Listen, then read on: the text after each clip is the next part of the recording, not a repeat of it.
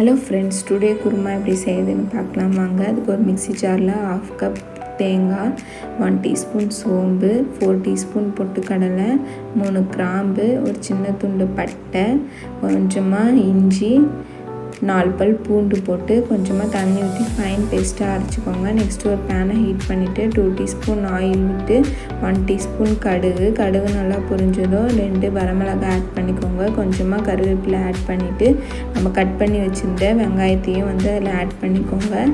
வெங்காயம் நல்லா வதங்கினதுக்கப்புறம் உப்பு போட்டுக்கோங்க. போட்டு 2 தக்காளி ஆட் பண்ணிக்கோங்க. கொஞ்சமாக மஞ்சத்தூள் ஆட் பண்ணிக்கோங்க.